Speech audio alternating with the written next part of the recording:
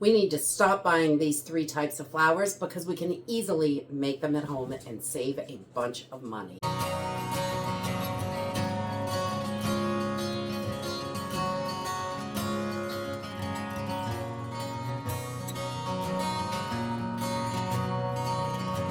Hey everyone, welcome to Homestead Corner. I'm Ginny, and today I wanted to share 3 types of flours that we can make at home for our baking, and it will save us a ton of money. I don't know if you have looked at self-rising flour, cake flour, oat flour, any of these alternative flours are different from all-purpose. All-purpose is usually the cheapest at the store, and that is all I buy. I do not buy any other type of flours because I can make them at home for a lot cheaper than purchasing them, and it really saves a ton of money. You can make these up in big batches ahead of time if you know that you're going to use a lot of one of these flours, or you can also make them once at a time right as you're making the recipe. You can do that as well. I will share the 1 cup versions of the recipes, and a lot of times I make these up in bulk or enough for a recipe that I know is going to be coming up. When I have the time to make it, I just jump in and get it done.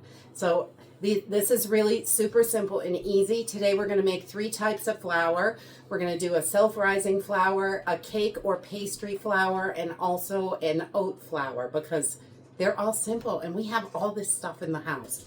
So we just need all-purpose flour. We're going to use a little baking powder, some cornstarch, salt, and some oats. That's all we're going to use today. It really saves a ton of money and only takes a couple of minutes to do this. So let's jump in and get started.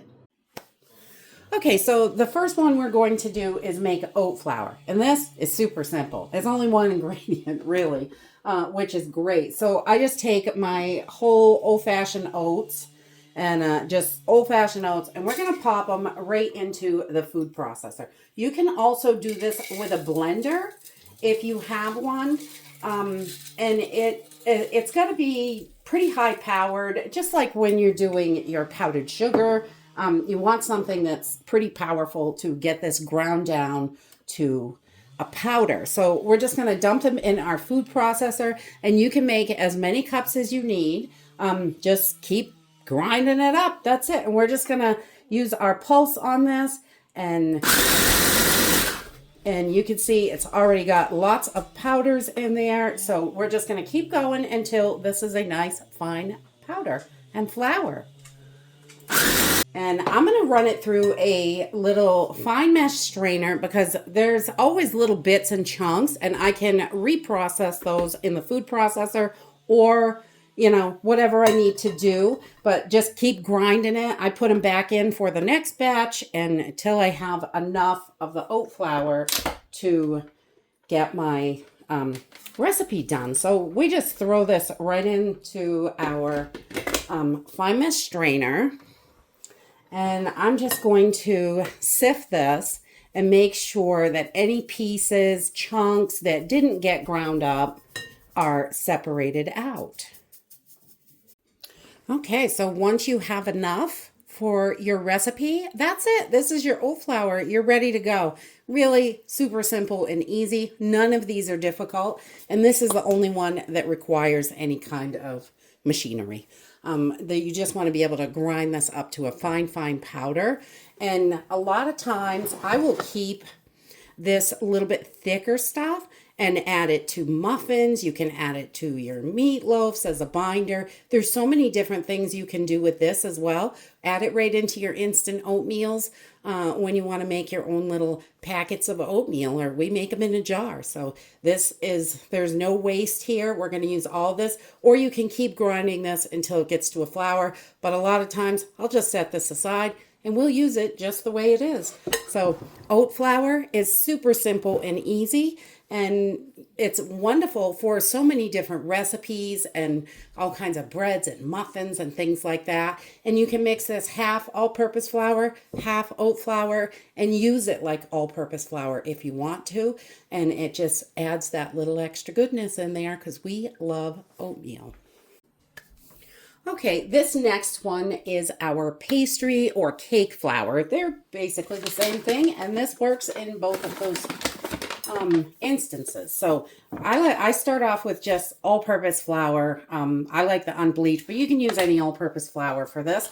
And the rest, I'll post the recipe at the end of this little thing, so you can screenshot it if you'd like to. But we're just going to put 1 cup of all-purpose flour. I'm going to do a couple of cups because I'm going to use this in a recipe probably tomorrow. And I'm going to do 3 cups. But I will put the recipe per cup at the end of this so you can see it and have it if you want to screenshot it. So I need 3 cups for my recipe that I'm going to be doing. So we're just going to put that in. And then we're also going to add cornstarch to this. And we're going to do 1 tablespoon per cup. So I've got 3 cups and I'm going to put 3 tablespoons of cornstarch in here. So this gives me my 3 cups of our cake flour. So I'm just going to really combine this and mix it all up. You could put this in a super large jar and just shake it, I guess, but I usually like to use a whisk and just make sure everything is mixed. And I will have my cake flour ready for my recipe. And you could do this by the cup. You could do big batches. So for every cup, you're just going to add a tablespoon of cornstarch. And then you have got your pastry flour. See how quick and easy that is? It's amazing. It does not have to be difficult. There's so many things we can do at home to save money and not have to purchase tons of different random things at the grocery store.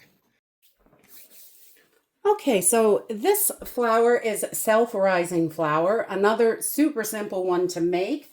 And I'm going to start with 5 cups because that's a recipe that I'm going to be making as well this week. We need self-rising flour for that. So we're going to do 5 cups of flour. And again, I will put the recipe at the end of this little section so you can screenshot it for per cup what you're going to need. All right, so we have our 5 cups of flour. And I'm going to add 5 teaspoons of baking powder to this. And then we're going to take, and I'm going to put a little bit of salt in here. And I'm going to do about 1 1¼ teaspoons of salt. And we will have that in there. And then all we need to do is take our whisk and get this all combined again. And this is going to give us that self-rising flour. And this saves so much money because all-purpose flour is so much cheaper. And we have salt and baking powder. So there's no point in buying this at the grocery store. And I just make this up per recipe usually. Because I don't have a ton of recipes that use self-rising flour, but I have a couple. So I just make it up as I need it, and I know I'm going to be using this later this week, so I'll just make up the amount that I need. So really simple and easy to do, and this is ready to go. You can run this through a sieve if you want, or a fine mesh strainer, but it's ready. If you're going to use it right now, it's ready. Once you whisk it, everything's nice and fluffy. So mixing up your own flours at home can definitely save a ton of money, and it can also help you when you're in a pinch. If you have this recipe stashed away, you can make these up instead of running to the store, which saves you time and money, because I hate running to the store for one ingredient, and I like to make sure that we have everything in the house and just some basic staples. You can make your own. We all have this stuff in the house. We've got our oat flour, our pastry or cake flour, and our self-rising flour ready to go. And that is it. This is really a simple project, and you can save all kinds of money. And in these times, we need to save what we can. That's it for today. I hope you enjoyed this video, and I hope to see you next time. Bye.